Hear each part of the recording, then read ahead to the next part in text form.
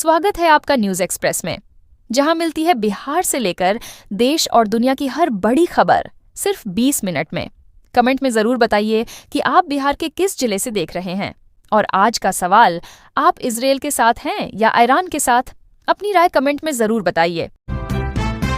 बिहार में बनेगी नई सरकार, नीतीश 12 अप्रैल को देंगे इस्तीफा, 14 को नए सीएम की शपथ। बिहार की राजनीति में बड़ा बदलाव तय हो गया है। मुख्यमंत्री नीतीश कुमार ने राज्यसभा सदस्य चुने जाने के बाद संवैधानिक प्रावधानों के तहत इस्तीफा देने का फैसला किया है। 9 अप्रैल को वे दिल्ली रवाना होंगे और 10 अप्रैल को राज्यसभा सदस्य के रूप में शपथ लेंगे। इसके बाद 11 अप्रैल को पटना लौटकर 12 अप्रैल को मुख्यमंत्री पद से इस्तीफा देंगे। 13 अप्रैल को एनडीए विधायक दल की बैठक होगी, जिसमें नए मुख्यमंत्री के नाम पर मुहर लगेगी। उसी दिन एनडीए राज्यपाल को सरकार बनाने का दावा पेश करेगा। 14 अप्रैल को नए मुख्यमंत्री और नए मंत्रिमंडल का शपथ ग्रहण होगा। नीतीश कुमार जदयू के राष्ट्रीय अध्यक्ष के रूप में चौथे कार्यकाल की शुरुआत इसी महीने करेंगे। यह पहली बार होगा जब वे मुख्यमंत्री पद पर रहे बिना राष्ट्रीय कार्यकारिणी की बैठक को संबोधित करेंगे। पटना में एम्बुलेंस में लगी आग, दमकल ने पाया काबू। 2 झोपड़ी भी जलीं। पाटलिपुत्र थाना क्षेत्र के गोसाई टोला स्थित एक निजी स्कूल के पास बुधवार शाम अचानक एक एम्बुलेंस में आग लग गई। देखते ही देखते एम्बुलेंस आग का गोला बन गई और पास खड़ी 2 अन्य एम्बुलेंस भी इसकी चपेट में आ गईं। सूचना मिलते ही दमकल विभाग की गाड़ी मौके पर पहुंची और आग पर काबू पाया। लोगों ने बताया कि एम्बुलेंस काफी दिनों से खड़ी थी, लेकिन आग कैसे लगी यह स्पष्ट नहीं हो सका। इसी थाना क्षेत्र के गंजपर गांव में चूल्हे की चिंगारी से 2 झोपड़ी जलकर राख हो गईं। इस आग में अनाज, कपड़े और नकदी रुपए नष्ट हो गए। प्रभावित परिवारों ने प्रशासन से राहत और पुनर्वास की मांग की है। पुलिस और अग्निशमन विभाग ने समय रहते आग पर काबू पाया, जिससे अन्य घर सुरक्षित रह गए। अप्रैल में चढ़ेगा पारा। बिहार में 38 से 40 डिग्री तक जाएगा तापमान। कई जिलों में बादल। मौसम विभाग ने अनुमान जताया है कि अप्रैल महीने में बिहार का तापमान सामान्य से अधिक रहेगा। अधिकतम तापमान 38 से 40 डिग्री सेल्सियस तक जा सकता है और उष्ण लहर का असर दिखेगा। मार्च में बिक्रमगंज में 39.8 डिग्री और पटना में 36.2 डिग्री दर्ज किया गया था। वहीं समस्तीपुर में 75.4 मिलीमीटर वर्षा हुई थी। अप्रैल में भी कई जिलों में वर्षा के आसार हैं। अगले 24 घंटों में आंशिक बादल छाए रहेंगे और हवा की गति 40 से 50 किलोमीटर प्रति घंटा तक हो सकती है। बीते दिन दरभंगा में 31 किलोमीटर प्रति घंटा की रफ्तार से हवा चली और खगड़िया के बेलदौर में 26.2 मिलीमीटर वर्षा दर्ज हुई। राजधानी पटना का तापमान 33.9 डिग्री रहा, जबकि डेहरी में 37 डिग्री के साथ सर्वाधिक तापमान दर्ज हुआ। मौसम विभाग ने कहा है कि अप्रैल में गर्मी और बारिश दोनों का असर देखने को मिलेगा। पटना जिले में 10,000 गैस उपभोक्ताओं के सामने संकट। सुलभ एजेंसी पर लटका ताला फुलवारी। शरीफ स्थित सुलभ गैस एजेंसी को लगातार खराब संचालन और उपभोक्ताओं के विरोध प्रदर्शन के बाद गैस कंपनी ने तत्काल प्रभाव से निलंबित कर दिया है। इस कार्रवाई से करीब 10,000 उपभोक्ताओं के सामने अचानक गैस संकट खड़ा हो गया है। एडीएम विशेष सह जिला राशनिंग पदाधिकारी चित्रगुप्त कुमार ने बताया कि प्रभावित उपभोक्ताओं को वैकल्पिक व्यवस्था के तहत पुनीत नयन गैस एजेंसी और केपीएम गैस एजेंसी में स्थानांतरित कर दिया गया है। लेकिन यह व्यवस्था उपभोक्ताओं की परेशानी कम करने के बजाय बढ़ाती नजर आ रही है। जानकारी के अनुसार केवल 10% उपभोक्ताओं को ही स्थानांतरण संबंधी मैसेज मिला है, जबकि शेष 9,000 उपभोक्ता अब भी असमंजस में हैं। मंगलवार को लगातार 6ठे दिन बड़ी संख्या में उपभोक्ता सुलभ गैस एजेंसी पहुंचे, लेकिन वहां ताला लटका मिला। इसके बाद लोग अपने गैस कार्ड लेकर कभी पुनीत नयन तो कभी केपीएम एजेंसी का चक्कर लगाते रहे। कई परिवारों में सिलेंडर खत्म होने की स्थिति बन गई है, जिससे रसोई का कामकाज प्रभावित हो रहा है। स्थानीय लोगों ने प्रशासन से मांग की है कि सभी उपभोक्ताओं को स्पष्ट और आधिकारिक जानकारी दी जाए और गैस आपूर्ति को सुचारू बनाने के लिए विशेष व्यवस्था की जाए।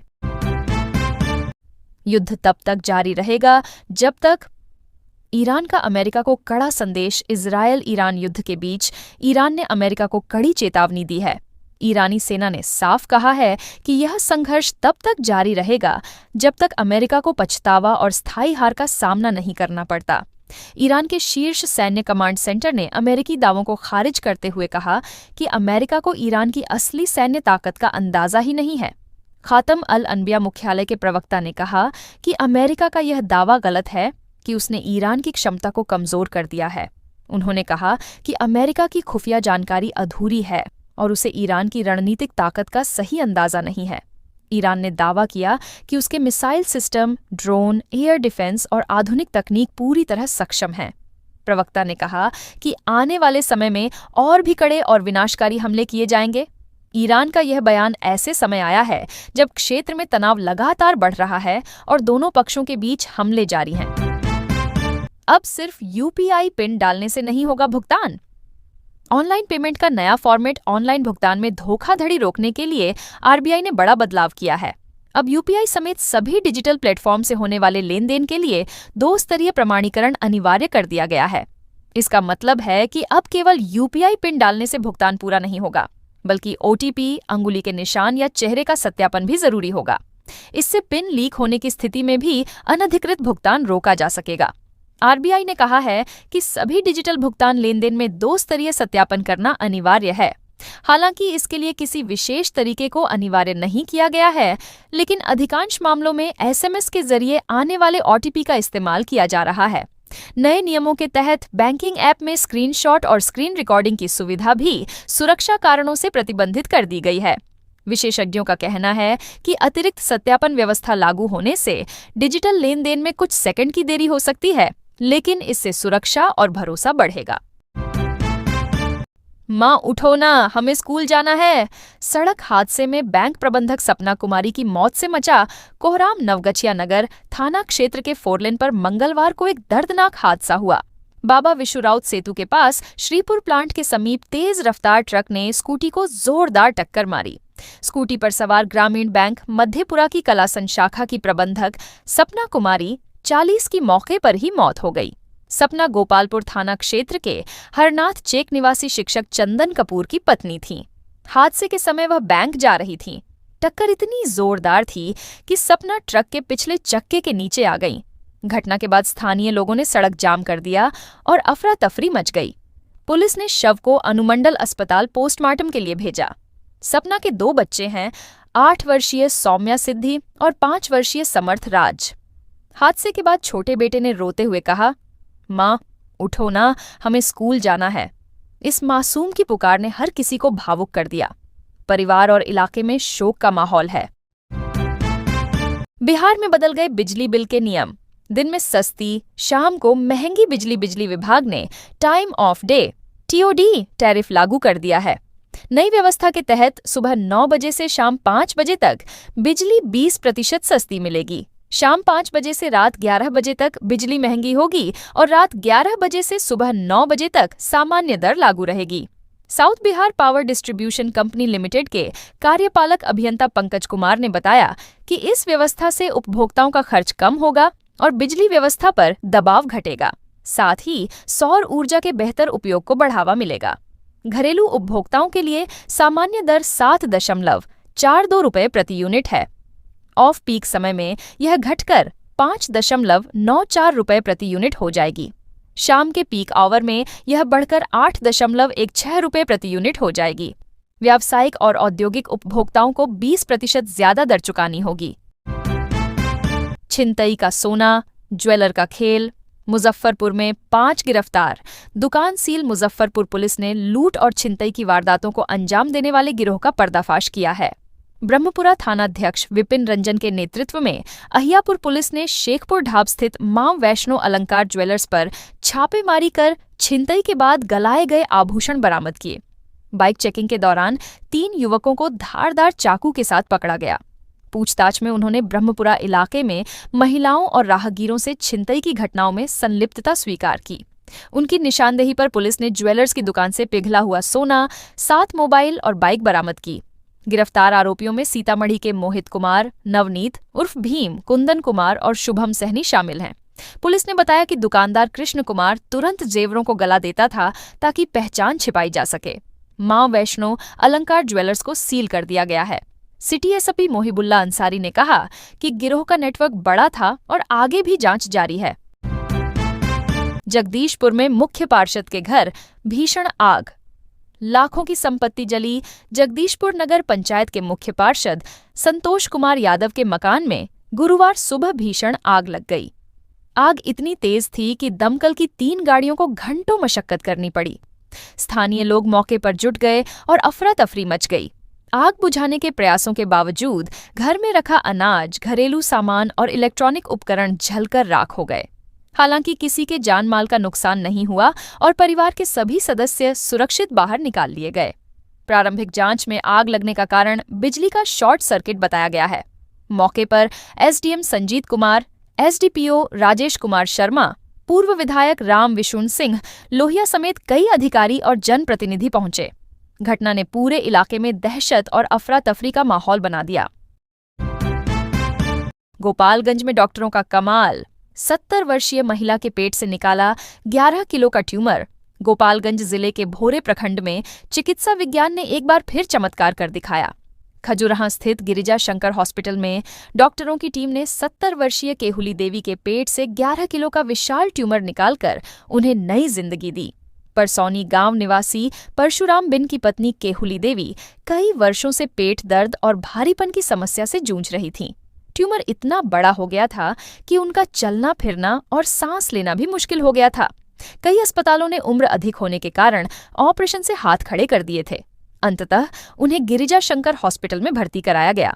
मुख्य सर्जन डॉक्टर संदीप कुमार गुप्ता के नेतृत्व में मंगलवार शाम 3 घंटे तक चले ऑपरेशन में ट्यूमर सफलतापूर्वक निकाल दिया गया। इस टीम में डॉक्टर मुकेश जायसवाल, डॉक्टर संतोष कुमार गुप्ता और नर्सिंग स्टाफ शामिल थे। ऑपरेशन के बाद मरीज की हालत स्थिर है। इस सफल सर्जरी की चर्चा पूरे इलाके में हो रही है। जमुई बिजली विभाग की कड़ी कार्रवाई, 115 उपभोक्ताओं पर एफआईआर। बकायेदारों में हड़कंप। जमुई जिले में बिजली विभाग ने बकाया बिल और बिजली चोरी के खिलाफ सख्त अभियान शुरू किया है। महज 22 दिनों में 115 उपभोक्ताओं पर एफआईआर दर्ज की गई है। विभागीय सूत्रों के अनुसार जमुई शहरी क्षेत्र में 9, ग्रामीण क्षेत्र में 5, खैरा में 9, गिद्धौर में 13, लक्ष्मीपुर में 18, बरहट में 11, झांझा में 3, सोनो में 5, चकाई में 14, अलीगंज में 17 और सिकंदरा में 11 उपभोक्ताओं पर केस दर्ज किया गया है। मार्च माह के लिए 13 करोड़ 50 लाख रुपए राजस्व संग्रहण का लक्ष्य रखा गया है। इसी को पूरा करने के लिए विभागीय टीमें रोजाना छापेमारी कर रही हैं। 20,000 रुपए से अधिक बकाया रखने वाले उपभोक्ताओं के कनेक्शन काटे जा रहे हैं। विभाग ने चेतावनी दी है कि समय पर बिल जमा न करने वालों पर कानूनी कार्रवाई होगी। इस सख्ती से उपभोक्ताओं में चिंता का माहौल है, लेकिन विभाग इसे राजस्व वसूली और बिजली चोरी रोकने के लिए जरूरी कदम बता रहा है।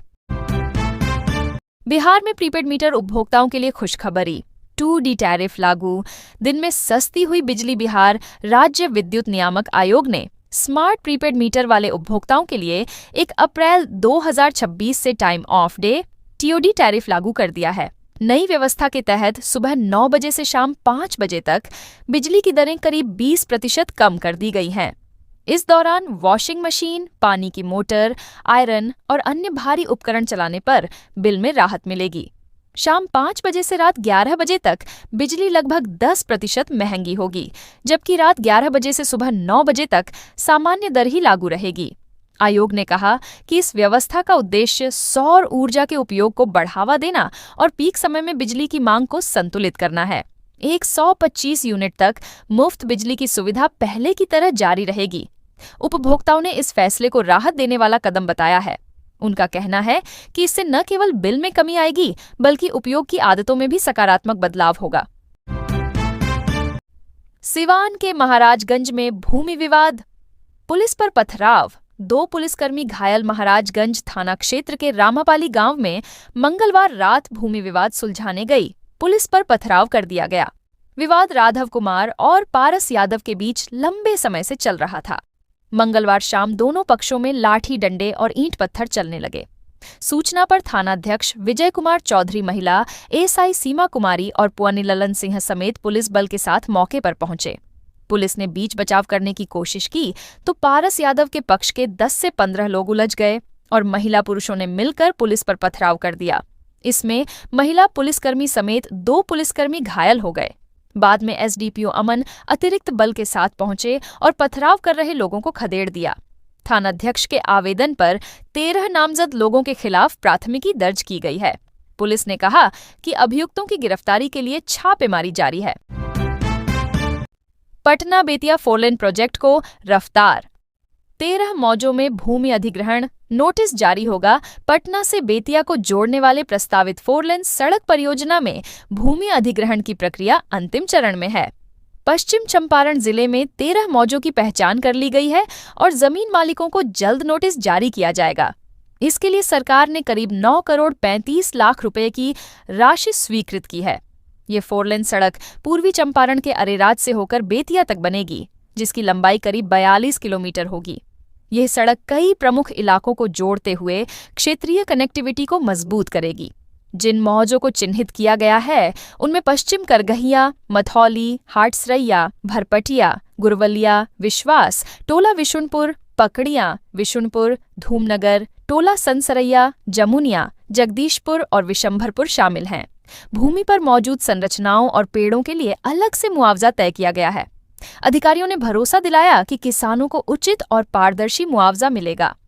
इस परियोजना से व्यापार, पर्यटन और रोजगार के अवसर बढ़ेंगे, यातायात सुगम होगा और समय की बचत होगी। जिला भू अर्जन पदाधिकारी अमरेंद्र कुमार ने कहा कि पूरी प्रक्रिया समयबद्ध और पारदर्शी तरीके से पूरी की जाएगी। बिहार में एलपीजी गैस की कमी नहीं। सरकार ने पैनिक बुकिंग से बचने की दी सलाह। राज्य में एलपीजी गैस की आपूर्ति को लेकर फैली आशंकाओं के बीच सरकार ने स्पष्ट किया है कि कहीं भी कमी नहीं है। मुख्य सचिव प्रत्यय अमृत की अध्यक्षता में गुरुवार को हुई उच्च स्तरीय समीक्षा बैठक में सभी जिलों की स्थिति का जायजा लिया गया। तेल कंपनियों को मिशन मोड में काम करने के निर्देश दिए गए। बैठक में बताया गया कि जिलों में एलपीजी की पर्याप्त उपलब्धता है। कुछ इलाकों में पैनिक बुकिंग के कारण अस्थायी बैकलॉग बना है, लेकिन उपभोक्ताओं को घबराने की जरूरत नहीं है। समीक्षा में यह भी सामने आया कि उपभोक्ताओं को बिना सिलेंडर प्राप्त किए ही डिलीवरी का मैसेज मिल रहा है। मुख्य सचिव ने इस समस्या के त्वरित समाधान का आदेश दिया। बैठक में ई-केवाईसी और पीएनजी से जुड़ी समस्याओं पर भी चर्चा हुई। पेट्रोल डीजल की आपूर्ति सामान्य बताई गई। मुख्य सचिव ने जिलाधिकारियों को उर्वरक की जमाखोरी और कालाबाजारी के खिलाफ छापेमारी करने का आदेश दिया। सभी जिलों में कंट्रोल रूम सक्रिय हैं और शिकायतों का त्वरित निपटारा किया जा रहा है। नीतीश कुमार क्यों छोड़ रहे सीएम का पद? जेडीयू सांसद देवेश चंद्र ठाकुर ने बताया, कारण बिहार की राजनीति में नीतीश कुमार के इस्तीफे और राज्यसभा जाने की खबरों ने हलचल मचा दी है। इस पर जेडीयू सांसद देवेश चंद्र ठाकुर ने कहा कि नीतीश कुमार केवल नेता नहीं बल्कि बिहार के अभिभावक हैं। उन्होंने पिछले 20 वर्षों तक बेदाग और स्वच्छ छवि के साथ राज्य का नेतृत्व किया है। ठाकुर ने कहा कि नीतीश कुमार के फैसले के पीछे किसी दबाव की राजनीति नहीं है। यह उनका अपना निर्णय है और उन्हें उनकी सूझबूझ पर पूरा भरोसा है। उन्होंने कहा कि अगर नीतीश जी राजनीति से संन्यास लेकर जंगल में भी चले जाएं तो हम उनके पीछे पीछे जाएंगे।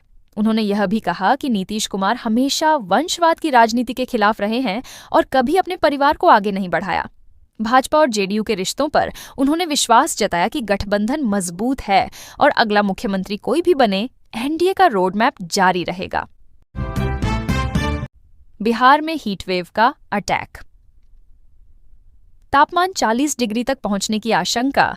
बिहार राज्य आपदा प्रबंधन प्राधिकरण ने संभावित लू से निपटने के लिए तैयारियां तेज कर दी हैं। बुधवार को हुई उच्च स्तरीय बैठक में उपाध्यक्ष डॉक्टर उदयकांत ने विभिन्न विभागों के अधिकारियों के साथ रणनीति बनाई। मौसमीय विश्लेषण के अनुसार अप्रैल में तापमान सामान्य से अधिक रहेगा। कई हिस्सों में तापमान 36 से 38 डिग्री तक जा सकता है, जबकि दक्षिणी बिहार में यह 40 डिग्री तक पहुंचने की आशंका है। विशेषज्ञों ने 17 से 23 अप्रैल के बीच तापमान में और वृद्धि की संभावना जताई है। मई में स्थिति और चुनौतीपूर्ण हो सकती है। बैठक में सभी विभागों को अगले 15 दिनों में ठोस प्रगति सुनिश्चित करने का निर्देश दिया गया। लू से बचाव के लिए जागरूकता अभियान, पेयजल उपलब्धता, स्वास्थ्य सेवाओं की तैयारी और संवेदनशील क्षेत्रों की पहचान पर जोर दिया गया।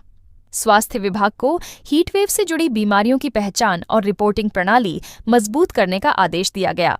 डिजिटल पोर्टल आधारित रिपोर्टिंग और डैशबोर्ड मॉनिटरिंग सिस्टम विकसित करने की योजना है। अगली समीक्षा बैठक 15 अप्रैल को होगी। कम खाने पर भी क्यों बढ़ रहा वजन? शरीर के भीतर छिपे कारण कई लोग कहते हैं, हम तो कम खाते हैं, फिर भी वजन बढ़ रहा है। यह शिकायत सिर्फ खान पान की नहीं, बल्कि शरीर के भीतर छिपे कारणों की कहानी है। कभी हार्मोनल बदलाव मेटाबॉलिज्म को धीमा कर देते हैं, खासकर महिलाओं में थायराइड या पीसीओएस के दौरान। कभी इंसुलिन रेजिस्टेंस शरीर को शुगर को फैट में बदलने पर मजबूर कर देता है। उम्र बढ़ने पर मांसपेशियां कम होती हैं और शरीर उतनी कैलोरी नहीं जला पाता। नींद की कमी से भूख बढ़ाने वाले हार्मोन सक्रिय हो जाते हैं और कोर्टिसोल पेट के आसपास चर्बी जमा कर देता है। कई बार दवाएं भी वजन बढ़ाने का कारण बनती हैं, एंटी डिप्रेसेंट्स, स्टेरॉयड या हाई ब्लड प्रेशर की दवाएं। यानी वजन बढ़ना सिर्फ प्लेट में रखे खाने की वजह से नहीं, बल्कि शरीर के भीतर चल रही जटिल प्रक्रियाओं की वजह से भी होता है। बच्चों में बढ़ रहा वर्चुअल ऑटिज्म। स्क्रीन टाइम की खतरनाक कहानी। आज की दुनिया में बच्चे असली खेल से ज्यादा मोबाइल और टीवी में खो जाते हैं। यही आदत धीरे धीरे उन्हें वर्चुअल ऑटिज्म की ओर धकेल रही है। ये समस्या बिल्कुल ऑटिज्म जैसी दिखती है। बच्चा बार बार एक ही हरकत करता है, बोलने में देरी होती है, आंखों में नहीं देखता और लोगों से दूरी बनाने लगता है। डॉक्टर आशिमा श्रीवास्तव बताती हैं कि अगर बच्चा दिन में 4 घंटे से ज्यादा स्क्रीन देखता है तो उसके दिमाग की केमिस्ट्री बिगड़ जाती है, न्यूरल कनेक्शन कमजोर पड़ जाते हैं, नींद की साइकिल बिगड़ जाती है और भाषा विकास रुक जाता है। लक्षण साफ हैं, बोलने में देरी, आंखें न मिलाना, लोगों से दूरी, बार बार एक ही हरकत करना और ध्यान साझा न कर पाना। अच्छी बात यह है कि स्क्रीन टाइम कम कर देने से इन लक्षणों को सुधारा जा सकता है। यानी बच्चों को बचपन की असली दुनिया में लौटाना ही इस खतरे से बचने का सबसे बड़ा उपाय है।